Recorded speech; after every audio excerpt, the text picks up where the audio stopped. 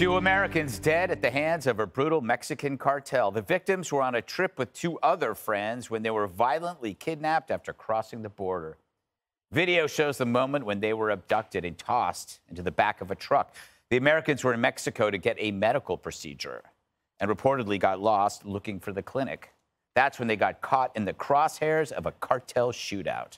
Authorities think they were mistaken for a rival gang. Mexico says one suspect has been arrested so far, and they are still looking for others responsible. The 2 Americans who survived are finally back in the U.S. and being treated at a Texas hospital. Republicans say this is a tipping point, and it's time to take down the cartels. I'm going to introduce legislation, Jesse, to make certain Mexican drug cartels foreign terrorist organizations under U.S. law and set the stage to use military force if necessary to protect America from being poisoned by things coming out of Mexico. They are terrorists. I think there's another hostage, and that's the Mexican government. The Mexican government is being held hostage by tens of thousands of paramilitary members of terrorist organizations that effectively control Mexico. And Peter Doocy pressing the White House on the cartel killings. Cartels kill Americans on this side of the border with drugs, and now they're killing Americans on the other side of the border with guns. Why is President Biden so comfortable with cartels operating so close to the U.S.? Because of the work that this president has done, because of what we've done specifically on fentanyl at the border, it's at historic lows. What garbage. What? Anyway, that made no sense. This is kind of a crazy story, Dana, but it's also, in a way, not surprising because you never know what you're going to get into when you cross the border. Right. So the State Department puts out notices saying these are places you should not travel to. And that doesn't mean you can't travel there. And it doesn't mean that you should be assaulted while you are there. There are some things that we still need to understand. Were they specifically targeted as soon as they came through the checkpoint? That I'm not sure about. Eric Erickson tweeted today that he had counted it up. More than 600 Americans were abducted by drug cartels in 2021 in Mexico. And those are usually treated like a local news story. Now, to his point, imagine that were ISIS or Al-Qaeda and 600 Americans were kidnapped. That would be a very different story. And and maybe that does need to change. And Jim Jordan tweeted something I thought was interesting. He said that you had not just only the cartels kidnapping and killing Americans this week. A female Border Patrol agent was violently assaulted by an illegal crosser when she was trying to deal with him.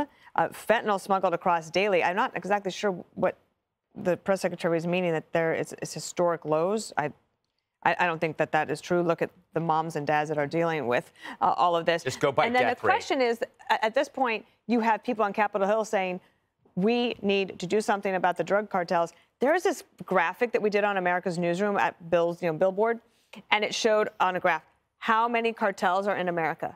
It has like the 5 different colors. It was shocking. All across the country, they have a presence here. And so this isn't something that we have sought out. Oh, we have it right. Look at that. Look at our producers putting it right up. That is shocking to me. That's how many cartels are right here in America. So it's one thing to say you should deal with the cartels over there. We also have to deal with them here. It is incredible. I was pretty ignorant of their influence, Jesse, until I had that conversation with you. And we were talking about your buddy who said basically cartels have muscled out all the other gangs. But yeah, there's no other gangs. These guys are running the crime in Chicago. And it's just like, it blows my mind that you can actually enter a country illegally. And I mean, talk about the land of opportunity. Right? Rise to the top. You are the top of the food chain illegally. It's true. Well, it's because we love cocaine so much. If we stop... Speak for yourself. I was talking about Geraldo. Okay. If we stop doing so much cocaine, we just take away all the demand. And that's the problem. But no one's going to stop doing cocaine. So we have to figure out a new solution. So you have to play these guys off of each other. There's the 3 big ones. You got Gulf, Sinaloa, and Jalisco Bay. And it looks like Sinaloa is the top dog. So you either have to cut a deal with Sinaloa to put down Gulf and Jalisco Bay, or you have to work each other off of them with the Mexican government. The Mexican government tried to cut a deal with one of them, but then the other 2 got bigger. So this was Gulf that controls this area, and they've disintegrated. But if you're going to start throwing missiles at these guys, that's a possibility. That's what Senator Lindsey Graham wants to do, and there's a House resolution also saying the same thing. Let's say you lob a missile into one of these things. How do they respond? I mean, you saw the imprint they have in the United States proper. What if they just blow up an apartment complex in Phoenix? And then you're dealing with some sort of terrorism on U.S. soil.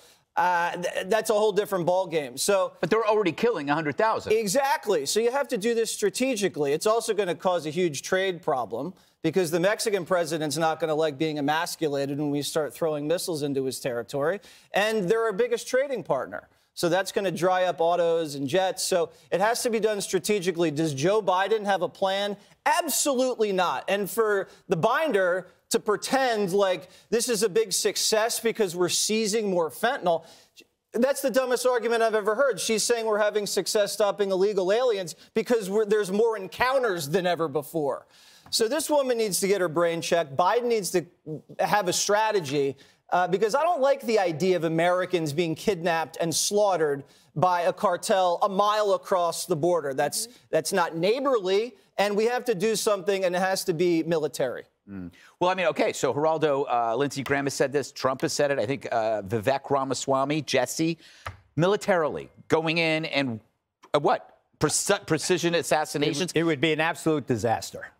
First of all, for the record, I was never into cocaine, unlike some at this table, whose names I... Yeah, Dana. Yeah. Put it down. Snow White. Never got caught. In 2019, remember the Mormon family, 9 of them, including little babies, slaughtered in the Mexican side of the border during the Trump administration. The United States did not take military action. You can't take military action. It's not the days of the imperialists. Overall, though, if you're not about this family, but about the 100,000 that are dying from fentanyl. It's a horrible, horrible situation, but you have to have the Mexican government working with you. I think the way to threaten the way that you can, no, you cannot. I agree with you. Garcia Luna, the guy who was the J. Edgar Hoover of Mexico, the head of the judicial branch of the government, went down facing life imprisonment. El Chapo's cartel dealing drugs, getting huge payoffs. But you've got to get if you attack Mexico, the Mexican government or the Mexican people will rise up against you. The better idea, I think, is to use trade, squeeze, as Trump at times did. He used it effectively in terms of immigration. But I think you've really got to make it clear to the Mexican people that it is in their vested interest to do the best they can to provide information to honest cops. But military has to be on the table, Geraldo. The U.S. military? Yes. Put it on the table. The history of imperialism in Latin America runs very deep. And to use the military against a Latin American country would be virtually impossible. We did it in Colombia. It would be like with the Colombian consent in a civil war that had divided the country. I was there. I was in Colombia with U.S. forces in the Colombian jungle. And still not doing cocaine? Never. Okay. I don't never, but virtually never. Virtually never. It's almost like it's not really an either-or thing. I mean, what we're talking about is trying to make the cost of doing business nearly impossible. Right. So that is like, there's no risk for them to do this. We need to create a risk, and the only way you can do that is threat of death. I agree. Yeah. Okay. Who are you going to kill? We know where everybody is. Okay. This is what I think.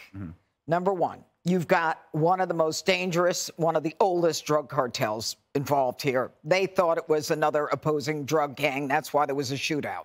Okay. And number two, the corruption in Mexico is staggering. It is at every level of government. It's even generational, where the grandfather took money, the son's taking money, the grandson.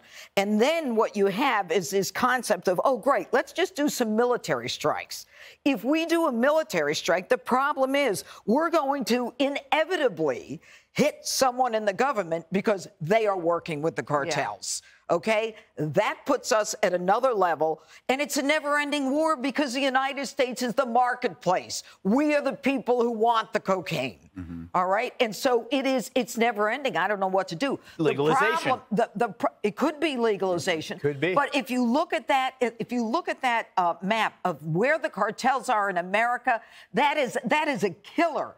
That is to me, that's treason. To allow that to exist in this country is treason. And if you go 3 miles over the border from Brownsville, Texas, and you get yourself shot up, I mean, then, you know, you have to talk to Americans short order.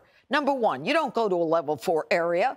Number two, if you do go as an American to Mexico, you take someone who's been in the military, who knows how to protect you. And number three, we've got to do something at this end about the drug problem that we have. Yeah. Amen. All right. Hi, everyone. I'm Brian Kilmeade. I want you to do me a favor. I want you to click to subscribe to the Fox News YouTube page. This is the only way that I know for sure that you're not going to miss any great commentary, any great news bites, any great interviews coming your way on Fox. You can get it all here on YouTube. So subscribe right now.